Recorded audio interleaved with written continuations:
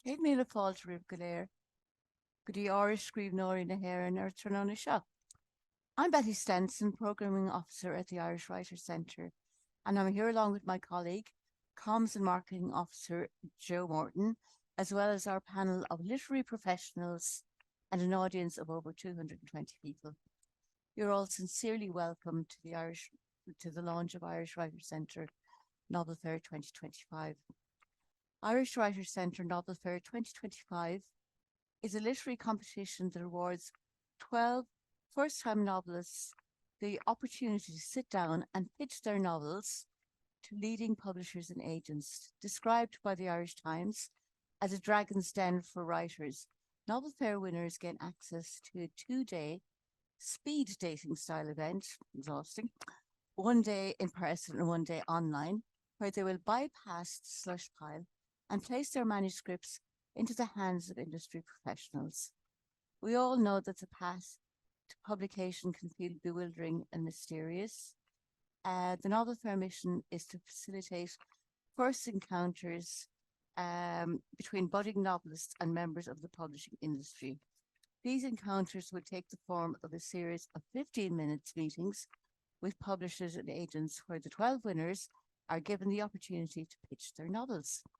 We've had many successes with Novel Fair, with over 30 published novels so far, many literary prizes won, and with 7 debut novels being published this year alone, um, including Hess Phillips Lightborn by Atlantic Books, Alison Langley, Ilona Gets a Phone, Daedalus Press, Mikey Lenton, Winter Sun, Afsana Press, Anne Hamilton, The Almost Truth, Legend Times, Orla Mackey Mouthing, Hamish Hamilton, Estelle Birdie, Brabbling, Lilyfoot, and Rachel Blackmore, Costanza, for Renegade Books.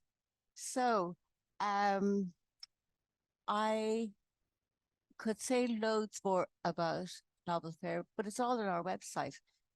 So we want to use this brief hour to let our professionals speak and also then to give you the opportunity to have the audience to have 15 minutes Q&A at the end of the session. Just to say that although this is the launch of Novel Fair 2025, submissions won't open until the 1st of September and they will end on the 30th of September. So if you get any inspiration this evening, um, you have nearly 6 months to enter. So, as I say, without further ado, I am going to now introduce our guests. Olivia Fitzsimons, welcome, Olivia, is a writer from Northern Ireland. She's the winner of Novel Fair 2020, leading to her debut novel, The Quiet Whispers Never Stop, being published in 2022 by John Murray Press. The novel was shortlisted for the Kate O'Brien and Butler Literary Awards and was one of the Irish Examiner Books of the Year for 2022. She is a contributing editor at The Stinging Fly and commissions this so-called Writing Life essay series. Susan Tomaselli, welcome Susan, is founder and editor of Gorse Journal and associated Gorse editions. She has written for numerous publications, introduced a reissue of Mervyn Wall's Leaves for the Burning by Swan River Press, and has contributed to several books. Susan has participated in numerous literary festivals, curated Doolin Writers Weekend 2020, and provides consultation to arts organisations and literary publishers. She was writer in residence at Maynooth University 2020 to 21 and has taught at Arban Foundation UK. And of course, she was a Novel Fair judge in 2024. She's currently working on a novel in essays called Traces. Conor Nagle is a former commissioning editor with Gill Books and publisher at HarperCollins Ireland. In 2024, he established the Nagle Agency, a Dublin-based literary agency specialising in Irish-originated fiction, non-fiction, and children's publishing. Over the past 10 years, he has helped shape the fortunes of dozens of best-selling and award-winning titles. More about that later, Conor. So, I'm going to go to Olivia first of all. Structure of the evening is that we're going to speak to each one of our panelists in turn. Then we'll throw the floor open to the panelists, and then finally we'll have the Q&A for the final 15 minutes. The Q&A function is open, so to the audience, you can start writing in your questions straight away if you have any, and you'll have plenty of time at the end as well, or the last 15 minutes, I should say. Okay, Olivia. Hi, thanks for having me, Betty. Oh, you're more than welcome. Funny question, Olivia. Where were you when you found out that you were a Novel Fair winner? I was, when you called me, I actually thought the phone Me? call, I think it was you who called me, was it you? It was you that called me. Yeah. I thought you were ringing me because I hadn't paid my fees to the Irish Writers Centre. And Like we'd be that efficient. yeah. And I was driving back from the winter school in Doolin. I had been to one of the first iterations of that, and I think you were on speakerphone in the car, and I was driving up the motorway from Limerick, and so I was really shocked. Like I remember thinking, focusing on the road, and it took me. I mean, it took me a while to kind of to sink in. And today I actually went back and looked at some text messages from a couple of my writers groups, and it was so funny, all the messages coming back and forward, like we were so green back then, and just the excitement and the joy of being selected. And it was really unexpected. I hadn't been writing that long, and it felt like a bit of a whirlwind from when I got selected until the actual day of Novel Fair. And can you tell us a bit about submitting Quiet Whispers Never Stop Yeah, to so Novel Fair and your journey to publishing yeah, then? I started the Quiet Whispers Never Stop as a short story on the Sting and Fly 6-month fiction course. Very quickly, I was being told I was writing a novel, and I was in denial and felt like I was writing short stories. And then I realized kind of in the December that maybe I actually was writing a novel. And by the time the course had finished, I had finished the first draft of what would be The Quiet Whispers Never Stop. My writing group, COFO, we stayed together after Sting and Fly, and it's got people like Sheila Armstrong, Louise Nealon, Stephen Walsh in it, and we were all quite serious about our writing. But I remember saying to them that I was actually going to go along to this event. It was in March in person, and I think because we always sent each other a lot of information about competitions or short stories or whatever, and I said, oh, I'm going to go, I'll take notes in case anybody else wants to enter the Novel Fair. And I think Keelan was one of the speakers there that night, and I'm not sure who else, but I remember like thinking, okay, maybe I could do this, but also feeling really out of my depth. And then I back then when I went to the Novel Fair, you had to hand in person, so I brought my 2 kids with me. It was very last minute. The kids kind of ate all the biscuits in the Novel Fair, like they had everything around them while I was trying to fill in the forms. But we were just talking beforehand, and I was saying, like, it's funny because I met people there, like I met Ruth McKee, who commissioned me to write an essay a while ago about my experience as a debut writer in this, actually, I'm going to just say, this wonderful book, which is really handy if anybody's thinking of entering Novel Fair. It's got lots of information in it, lots of great essays by Donal Ryan, Daniel McLaughlin. It's a really good read. And I kind of subbed the novel. Unfortunately, that weekend my dad passed away, which was a bit unexpected. He'd been ill, and so from subbing the novel till the day of the Novel Fair, I didn't really do as much work on it as I had thought I would. And yeah, it was a wonderful surprise to get selected. I was, even now I think when I talk about it, I'm still in shock because it kind of started everything off for me, my whole career. And can you talk us through what happened after Quiet Whispers Never Stop was published? Yeah, so I'm jumping ahead a bit. It's okay. Yeah, no. So yeah, I met my publisher Becky Walsh from John Murray at the Novel Fair, and it's quite a busy day. It's quite intense. One of the things that I liked about it was that you meet people, and you might meet them throughout your publishing career. You'll meet an editor or an agent who you're going to meet again and again. And one of the things for me about Novel Fair was that it kind of gave me permission to be serious about my writing. And there was a lot of support after my book came out, because kind of COVID, we were kind of COVID release books just after COVID, and lots of people from past novel fairs turned up. Michelle Gallen, Marion Lee, Sue Diven, lots of people came to the launch. And when you join novel fair, it's kind of like a family. There's lovely camaraderie, and my group of novel fair people we're still in touch with each other. We still support each other. Like Mickey Lenton's coming over for his Irish launch of books upstairs, and Estelle Birdie's got a Ravelin coming out. It's really lovely, and whenever people have good news about novel fair, about their novels from novel fair, we all get back in touch. And I wasn't expecting that kind of continued support from the Writers' Centre and from the people that I met through novel fair, which has been so nice. It's a fabulous community, and I do love the launches. That was a very good launch. It was a good launch. It was a really good launch. Yeah, a lot of people came to the launch. It was good. So moving forward again, you spent the past year and a half as a contributing editor with Stinging Fly. I'm referring in particular to This So-Called Writing Life. Yeah, which it's had been a really just a large year. impact on the writing community here in Ireland. When we think about Novel Fair here at the Irish Writers' Centre, we think about Novel Fair as a moment in the broader context of a writer's life or career.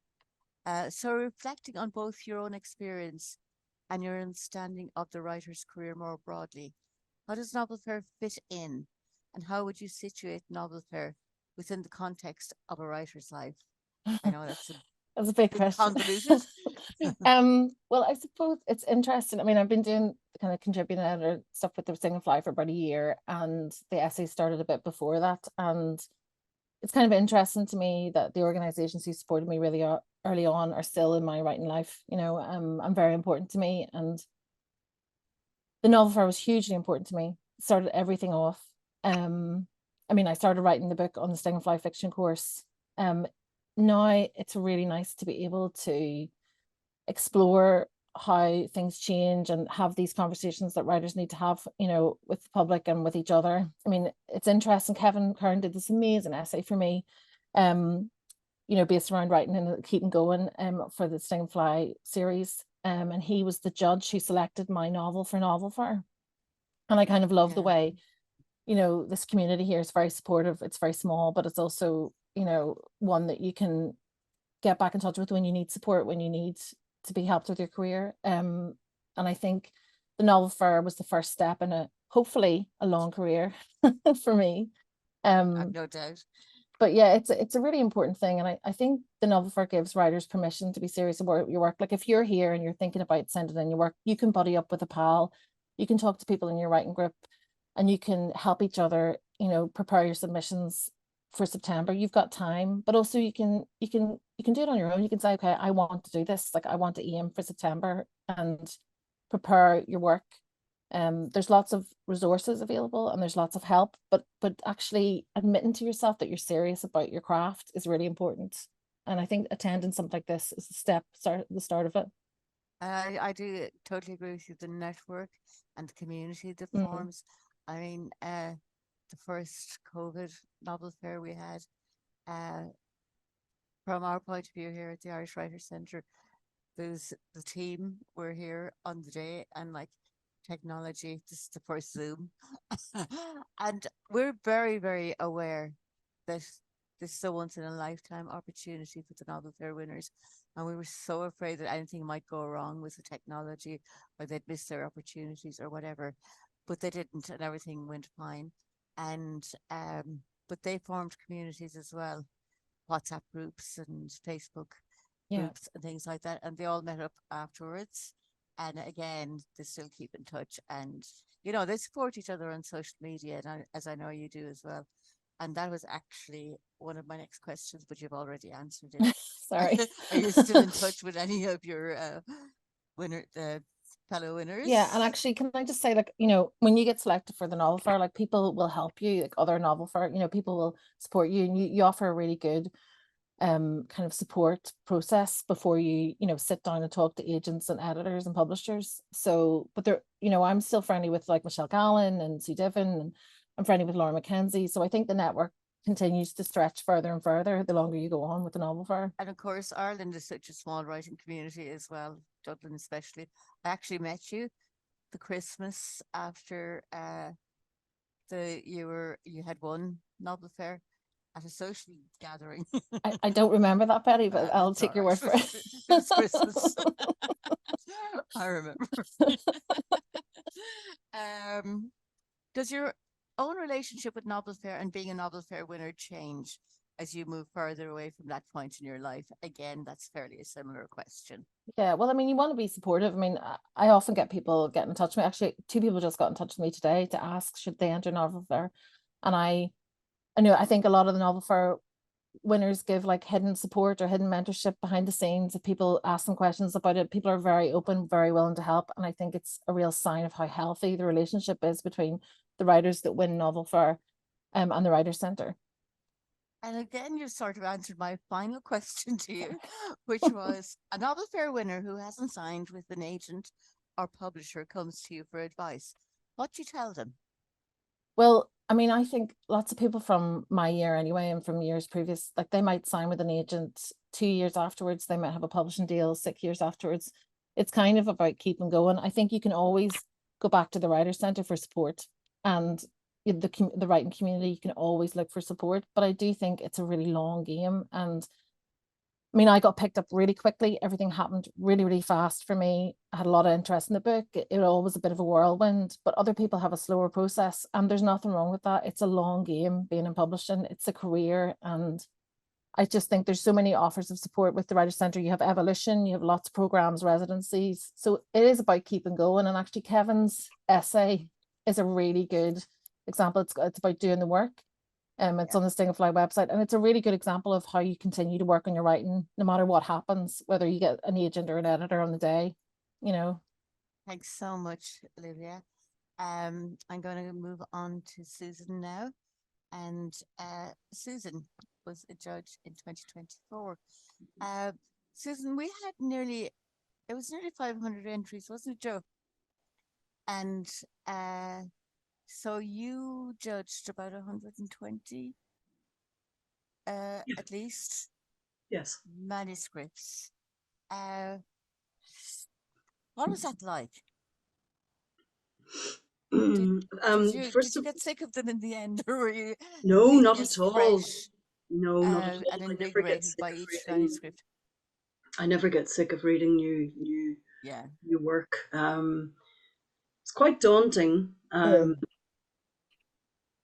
However, the structure of the novel fair is quite distinct. So you have your synopsis and you have your first 10,000 words, and it doesn't have to be the opening of your manuscript.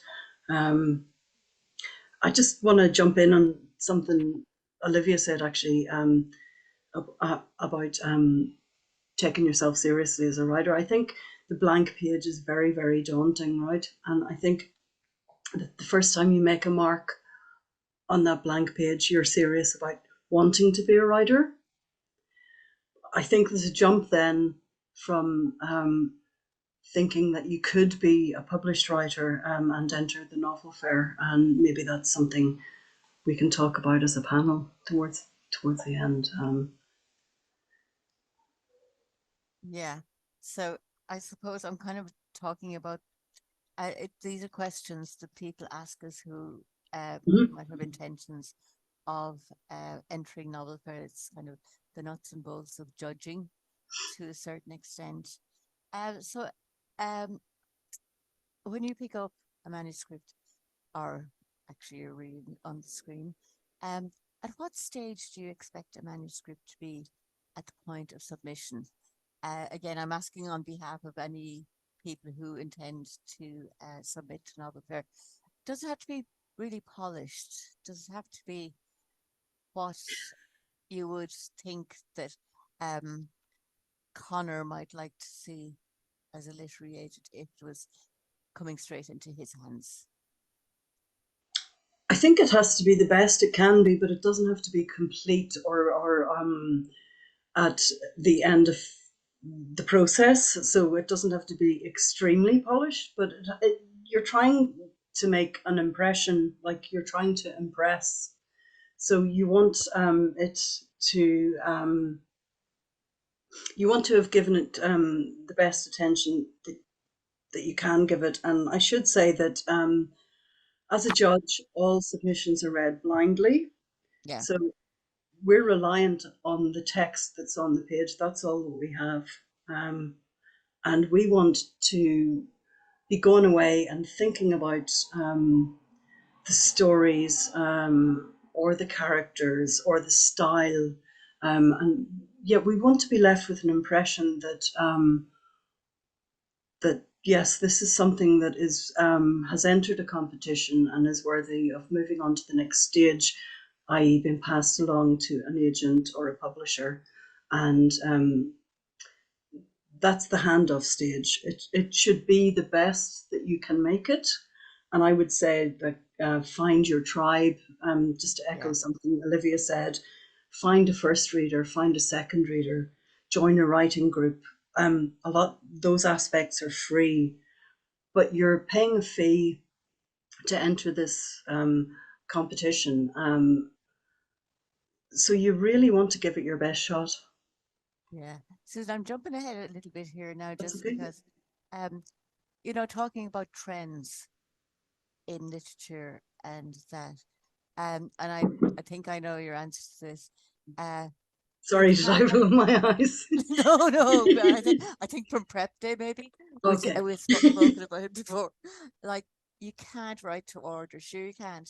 You really, really can't, because publishing is a slow process. Like Olivia said, it was a whirlwind for her, but that was what, 6 months maybe, or Yeah, maybe longer. That's still a long time. And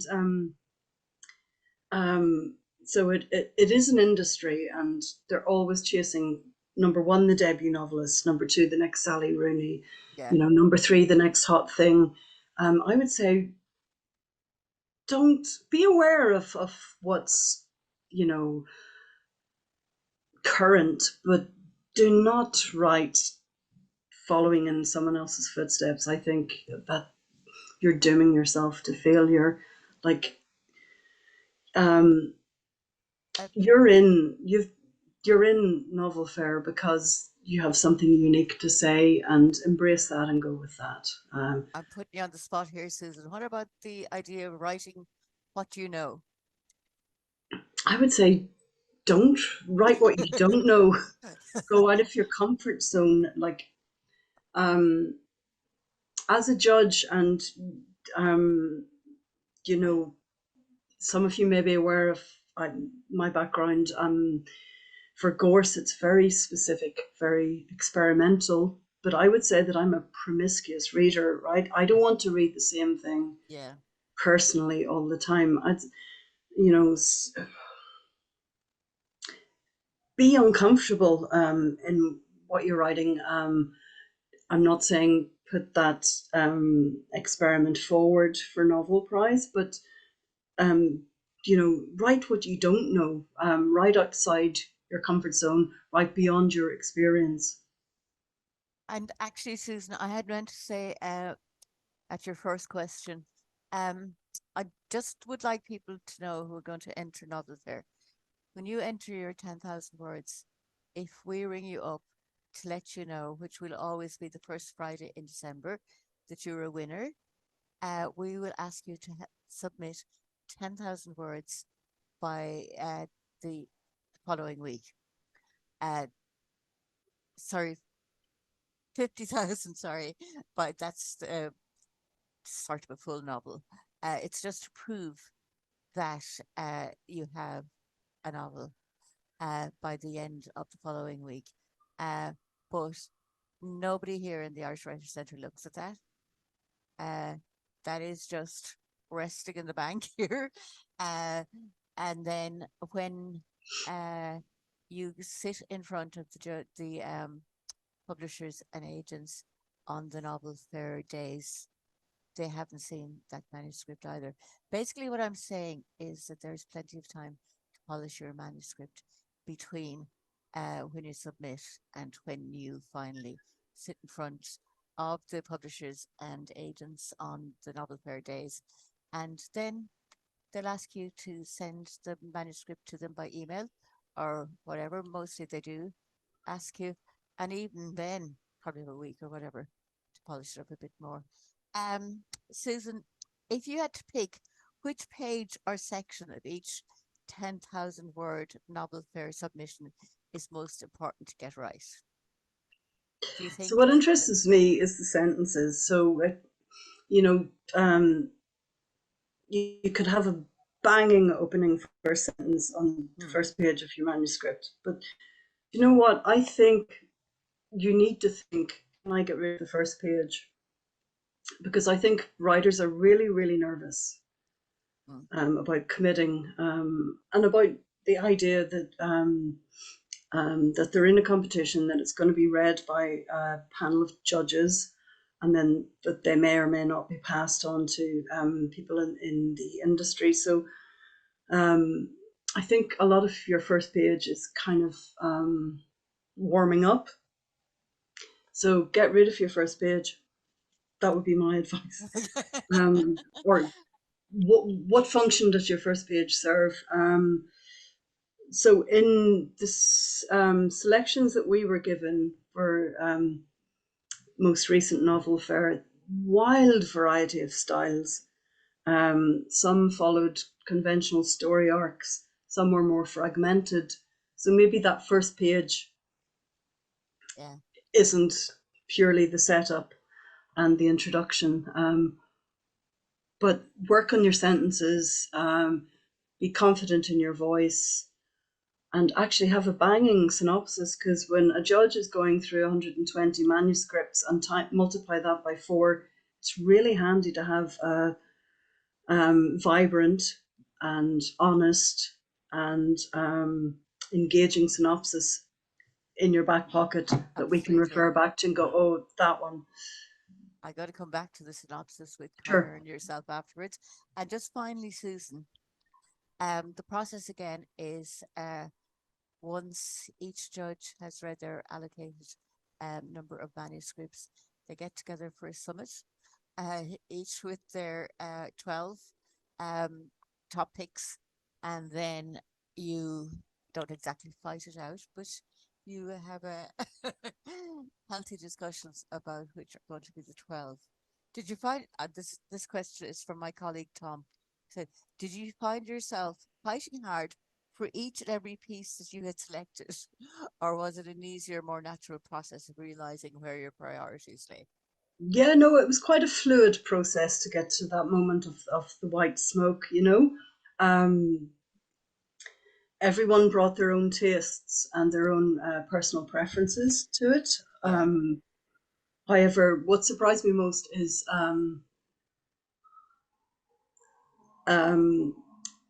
we read out. Okay, I said right outside your comfort zone. We read outside our comfort zones as well. So we had a broad spectrum of genres, literary genres, historical fiction, science fiction, young adult, fantasy, and it was absolutely lovely to sit down and discuss the merits of. So we came to the table with a short list. Out of our original 120, we came with our own personal shortlist of, I think, 10 manuscripts, and then we sat and we discussed 40 manuscripts. But it was a really fluid process. There was no tantrums or. I'd kind of like to say as well at this stage that of the 36, they're finally chosen. The 12 highly commended 12 runners up. They all get a brief critique from the judge who's judged their manuscript as well. So there are kind of 36 winners in a sense. And the feedback that I get is that the people who get the critiques find them very, very helpful. And as Olivia said earlier on, just entering Novel Fair and being in the top 36 is something like, it's something to be proud of if you're going to be judged out of 500 writers. So I'm 100%. It's a huge achievement, and you know, as Olivia said, it's not a race. You know, you're not sprinting towards. It's a slower. It might be a slower process than that, but Bloody well Absolutely. done for getting that far. I mean, there Bloody are well two done. people being published this year who were And in Olivia's cohort, yeah. yeah, the standard was so high. Like we could have switched, a couple of manuscripts, and they would have been equally as good. Like there was one of the judges said, "Goddamn competent writing," and that's a testament and a litmus test of what's going on in the community. The standard is extremely high, and I don't know. I wouldn't see it as a rejection, but that is part of the process as well. It's not a case of you're not good enough. It's just like you just didn't make it this time. Yeah, I totally agree, But Susan. don't give up. I'm going to thank you so much, Susan. That was really interesting.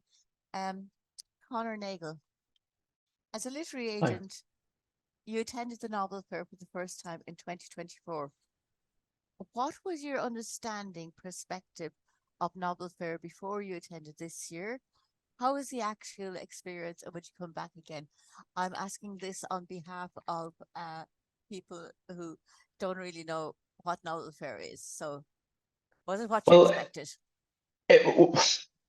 I don't think anything could have adequately prepared me for what the actual experience of the day. I've been aware of it for years and years and years. But given my remit in kind of previous roles, I've never really had the opportunity to attend. So I was really excited to get the invitation just after kind of announcing the agency and everything. I think one of the kind of most exciting parts, I suppose, of working in publishing, particularly on the commissioning or sort of editorial side, is that you get to routinely meet really, well, I suppose people who are experts in their field and really, really passionate about their work and their writing. To get to meet a dozen of those people in one day Yeah. it's extremely exciting, incredibly rewarding, but also completely overwhelming. And it's an absolute whirlwind. It's an amazing day. And I think one thing I suppose to kind of bear in mind, it's an enormous privilege, yes, for the authors, the winners themselves, to kind of sit there and in sequence, meet all of these people who are, I suppose, occupy fairly prominent roles in the publishing industry. Yeah. But it's an immense privilege for us as well. And I think the point that, sorry, Olivia and Susan have both touched on this. It's like you're establishing relationships that, there may not necessarily be an immediate, let's say, like commercial outcome, but creatively, you're kind of meeting people who are all in this kind of, the same kind of ecosystem, in Irish writing and Irish kind of publishing.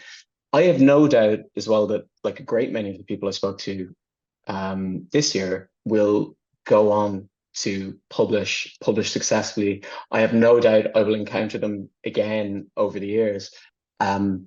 It's a kind of an amazing day. I think that if I'd one thing that I would definitely improve, it would be I'd regulate my caffeine intake more in a more disciplined fashion to just see me through More the or day. less. Yeah, I think a little bit more. The afternoon it was tough, but it's an amazing day. And we do And provide free tea and coffee. yeah, you do. I recall gazing longingly at it, like around about 2 or 3 o'clock. No, but it's a fantastic event. Conor, isn't the energy in the room amazing? Yeah, it is. People are going for 6 hours or more, and Yeah, doesn't flag. no, it's amazing. But and there's that. I know describing it as speed dating is kind of weird for a publishing event, but accurate, because it's every 15 minutes you're sitting in front of a new person who has a completely, like very often, a radically different perspective, not only on art and the world, but a completely different story that they want to sit down and tell you about. Yeah. And just that just sort of the relentless exposure to that, I guess that Yeah. enthusiasm is And- really intoxicating. You leave on an absolute high. And the Novel Fair winners, actually, I should add, have a half day prep day 2 weeks before the novel fair, the actual novel fair, where they come in here to the Irish Writers Centre. The judges, 3 judges or 4 judges in the case of 2024 are here, and a former novel fair winner as well, who was Estelle Birdie this year. And we have myself and one of my colleagues, and we prepare them how to pitch on the day. And I think it works really well, because most publishers and agents say that the writers really know what they're trying to say, because we tell them who's going to be at the fair. We tell them, Google, get your Google out and all that. Anyway, Conor, I wanted to ask you about the role of a literary agent. Mhm. You started up an eponymous literary agency in Dublin, prioritising Irish focused publishing this year after many Mhm. years spent in the industry. In a bookseller article earlier this year, you said, "My role, as I see it, is to use the full range of my in-house experience to unite authors with the individuals and teams who will help them realise their full potential creatively and commercially."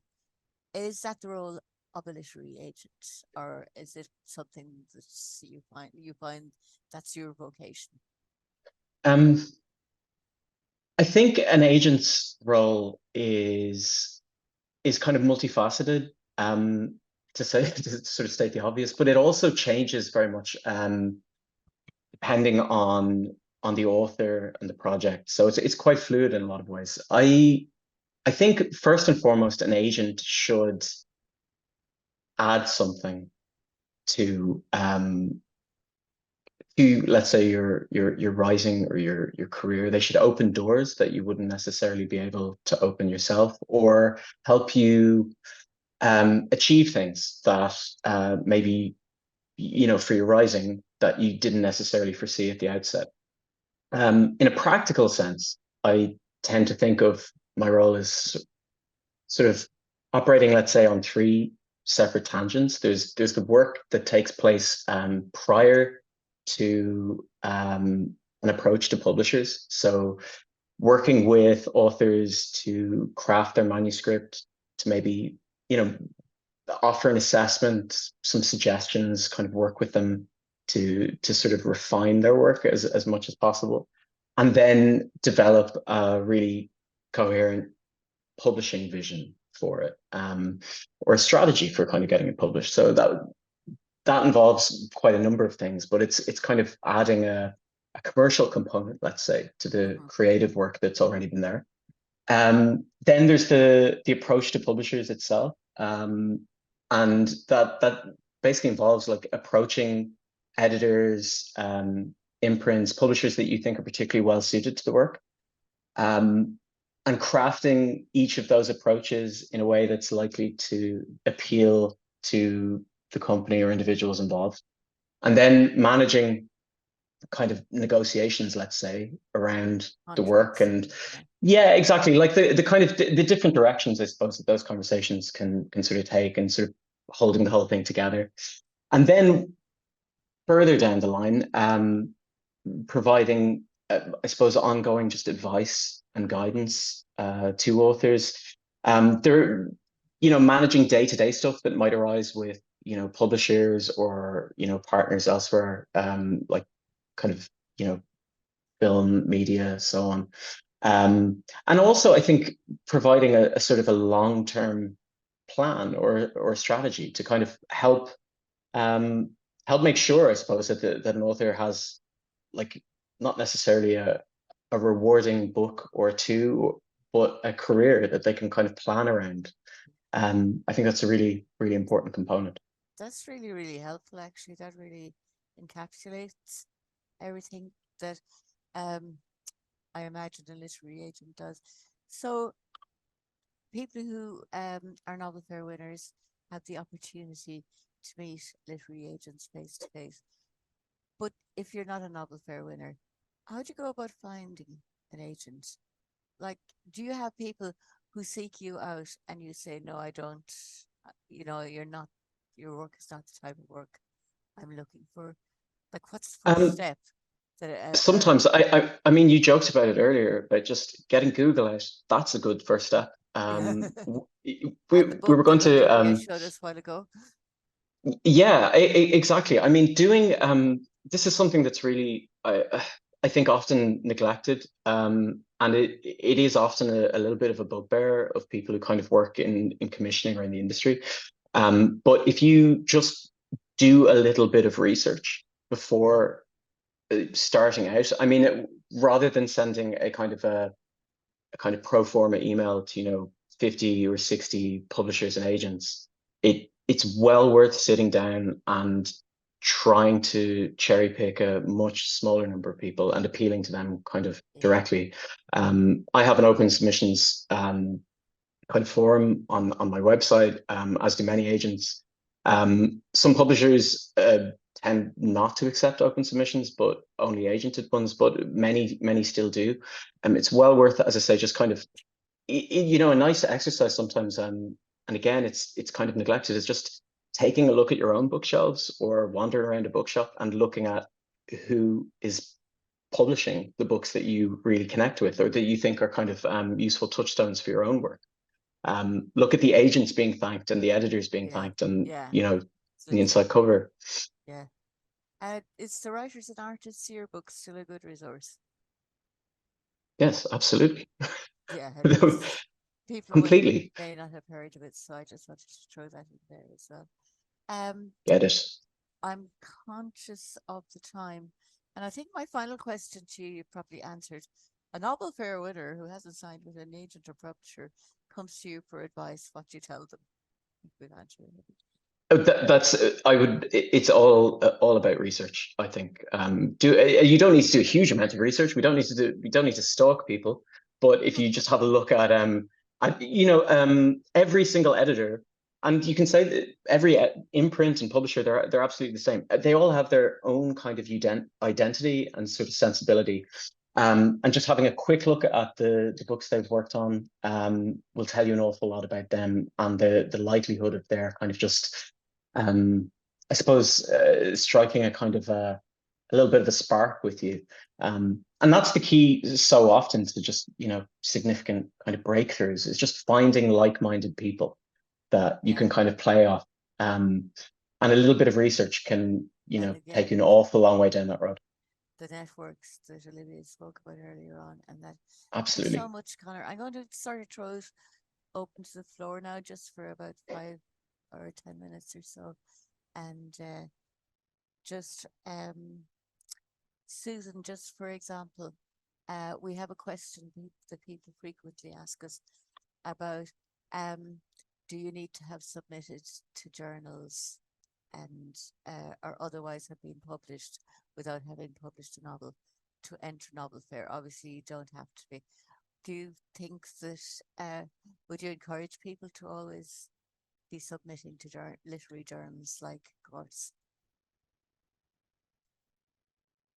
Sorry, I was muted there. As an editor for Literary Journal, I would say yes. But as a judge to Novel Fair, I would say it doesn't really matter, because as a judge, you don't know whose manuscript you're reading. So that might be something to consider after Novel Fair, to think of, is there a part of my novel or manuscript that I could pull an extract from, and make it self-contained and build up my publishing credits that way by sending to literary journals. And Lord knows we have a ton of those in Ireland. And you have a resource on Irish Writers Centre webpage pointing people in that direction. So from a judge's point of view, I'm going to say no, it doesn't really affect that part of the process. But it wouldn't hurt generally. I want to touch on the thorny issue of the synopsis now, because I've been doing this for a few years now, speaking to literary agents and judges and publishers and whatever. The main thing is that a lot of people say the synopsis should not be like the blurb on the back of a book. it should obviously bring all the strands of your book together. Some people don't think the synopsis is important at all, and other people think it's essentially important. Susan, as a judge, what are your thoughts? So I think a synopsis from a judge's point of view is hugely important. It's going to remind the judge of, after they've read all their allocated manuscripts, and then as the other judges read all theirs and we come together, it's going to remind the judge, number one, of the title, number two, of the idea, and number three, maybe how the writer positions their work in a wider literary context, i.e.,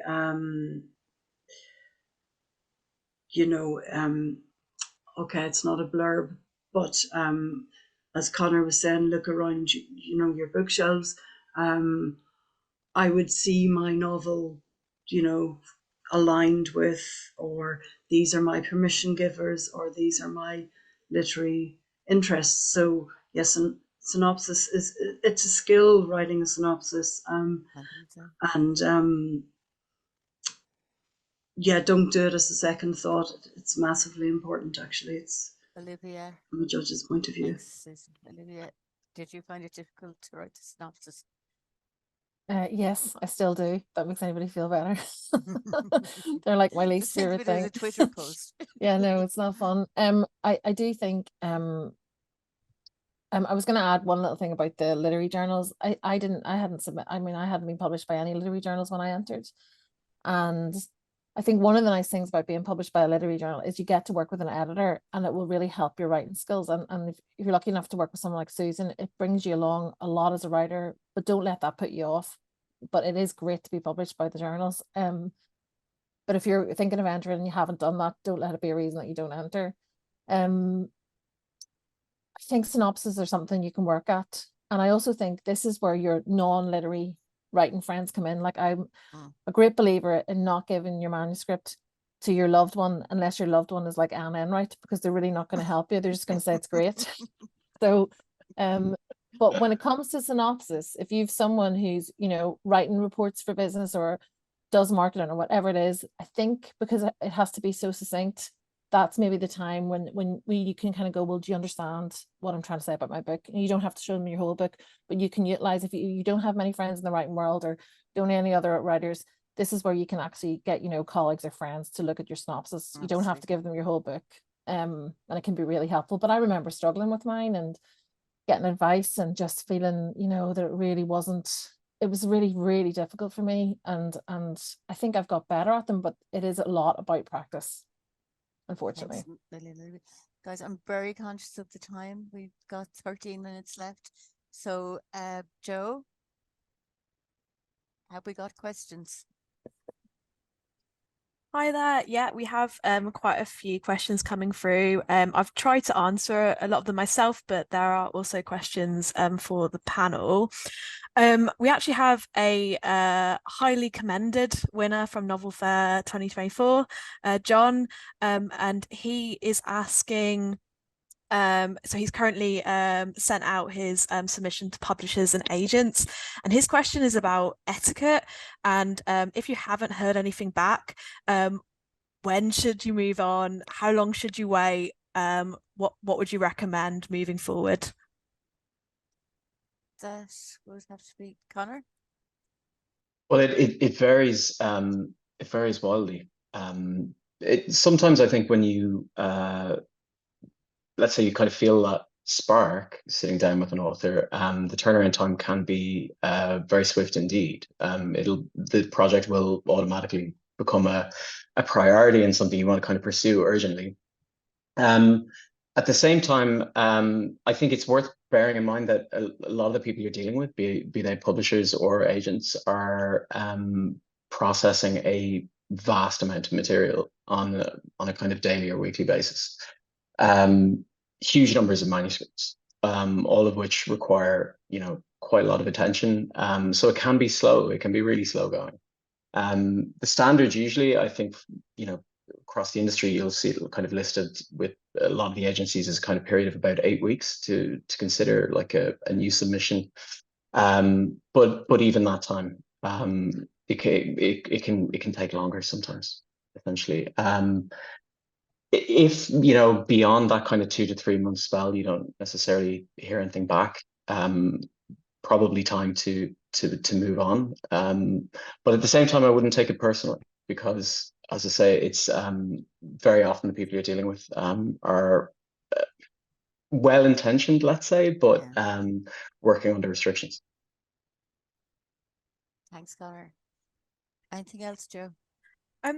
We have a sort of question, and that maybe is for Susan and Olivia, about what advice you would give a writer who is in a mid-plot slump and needing to power through. So if there's any thoughts there on encouragement to get your manuscript over the line, what would you recommend?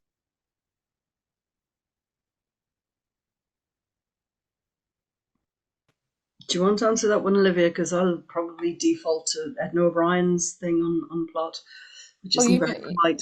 You might do that, but I would maybe say go for a walk around a gallery or do something away from your manuscript for a bit, and then come back to it. I mean, I think sometimes, just sitting down at the page every day is quite brave, to be honest, especially when you're having a tough time. But I mean, for me personally, I have several things on the go at one time. So I'm doing short stories, I'm doing a play, I'm working on the second novel, and I find sometimes that will help me. But also sometimes, like, I had to take an enforced break from my novel for about 3 months and figured something out while it was sitting in the drawer. So I think sometimes those things can be helpful. But please tell me what Edna O'Brien says, because I'm sure her advice is much better than mine.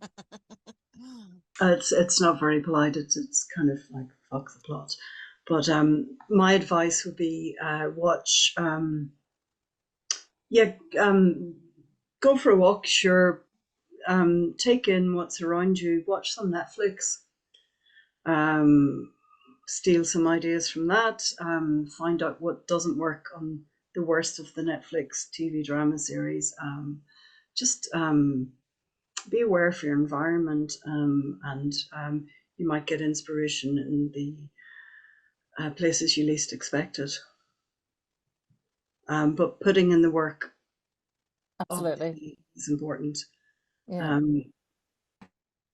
I agree with Susan. Putting in the work is really important, but also sometimes you have to write through things, and you have to write words that will never be seen to get to the good stuff. And I think that's really underrated. Like, there's a lot of my work which no one's ever going to see, and I'm quite grateful for a lot of the rejections or the work that didn't make it through, because it's left me, I don't have to face that embarrassment of work being out in the world that it wasn't ready to go. So I do think there's something in that, just working through those things and being kind to yourself. It's hard being a writer, but you're actually doing it. You put words on a page. That's the main thing, Can I ask you something, Olivia? The words that don't make it, do you get rid of them completely, or do you have a separate file on your desktop? This feels like writer's stuff.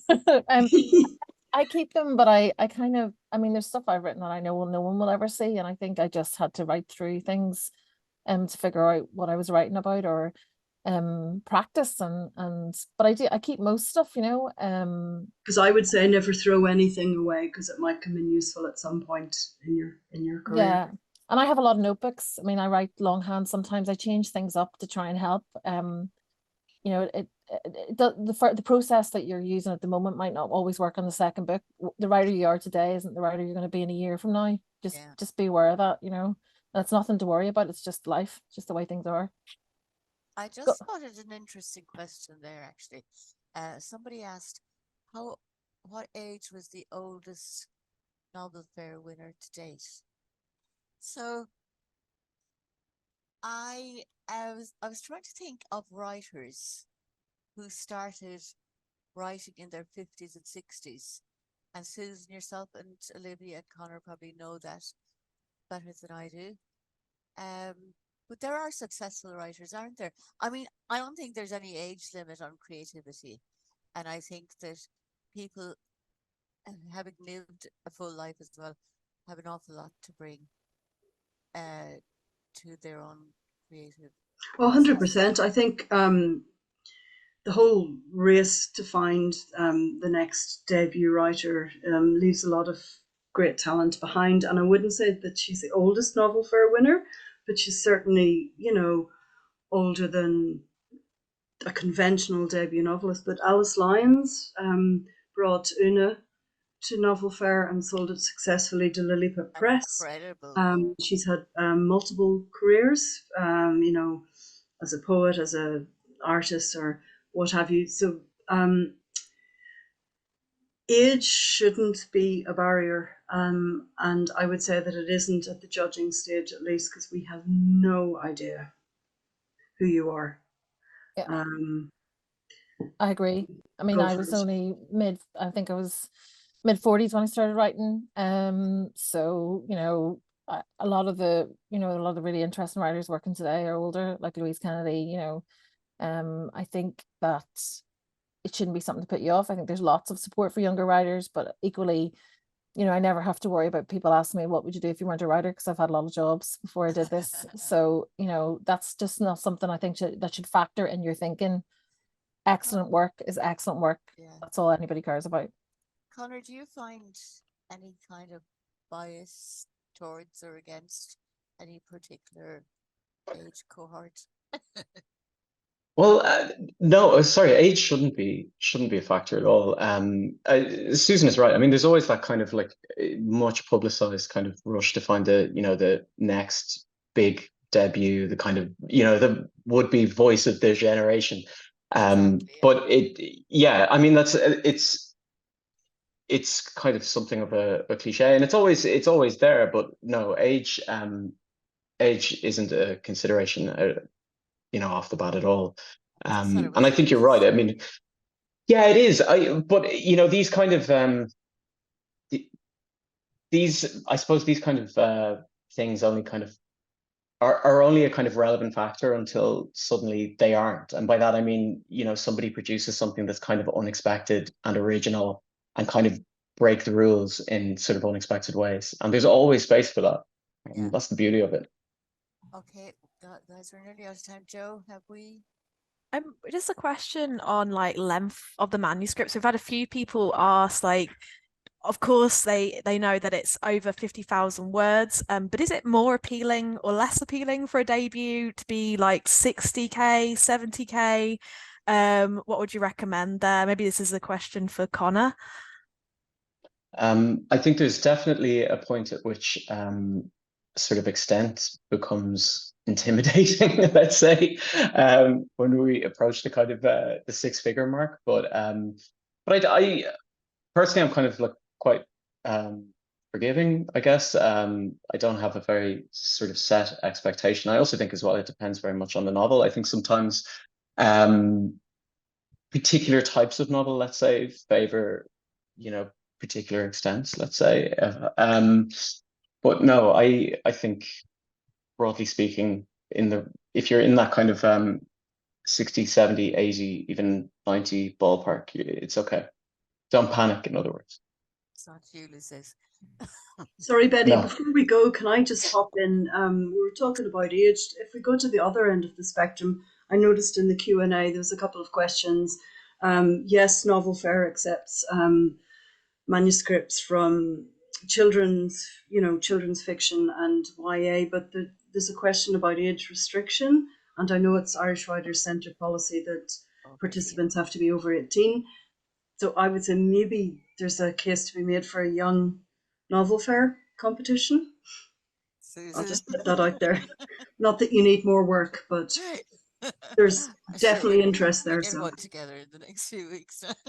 Yeah, and there's also just on that, there's Paper Lanterns, I think, is that the literary journal, and there's lots of like places where fighting words where young writers can go and get involved, and lots of supportive festivals for young writers. So at both ends of the spectrum, I like to think of writing as more like a visual artist career. That's how I think of it. You get to create different work throughout your life, so don't be worrying about whether you're too old or too young. Just keep writing. Yeah. And no, I do think yours is a good idea, Susan, and it's something that might be collaborated on in the future. We'll take maybe one more question, Joe.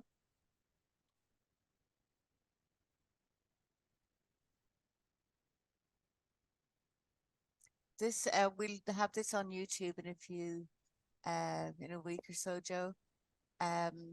So you'll be able to access it. Just go to YouTube and type in the Irish Writers Centre Novel Fair Launch 2025, and you'll find this, and the transcript of the questions should be down the site as well. Yeah, just so there's one question specifically about the synopsis. So the synopsis word limit is 300 words minus plus 10%. But we have a question here, which is, if you have a novel where a number of different characters are the focus of different chapters, is it better to leave some characters and subplots out when keeping your synopsis short, or should you try to keep as many characters in as possible?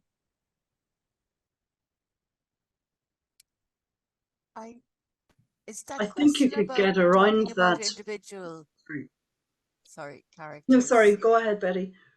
I guess my idea would be that you're not going to go through in the synopsis. Nothing is going to be step by step or describing everything. It's kind of bringing all the strands together. Susan, I'm going to leave that with you now. So I think you could get away with it by saying that it's a polyphonic novel, and maybe pick up some of the threads that you want the reader to follow, and maybe a few, dead ends as well, or red herrings. But you don't have to go and this person and that person, because by that stage you're writing a Greek tragedy or something, and then.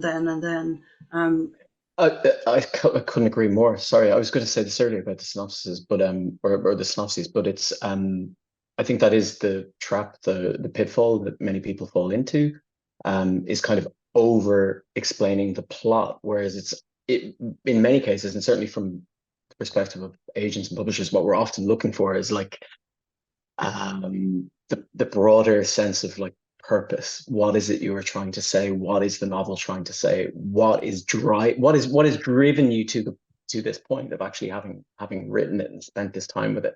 More that than the intricacy of the plot itself. Sorry, Susan, to cut across you. Apologies.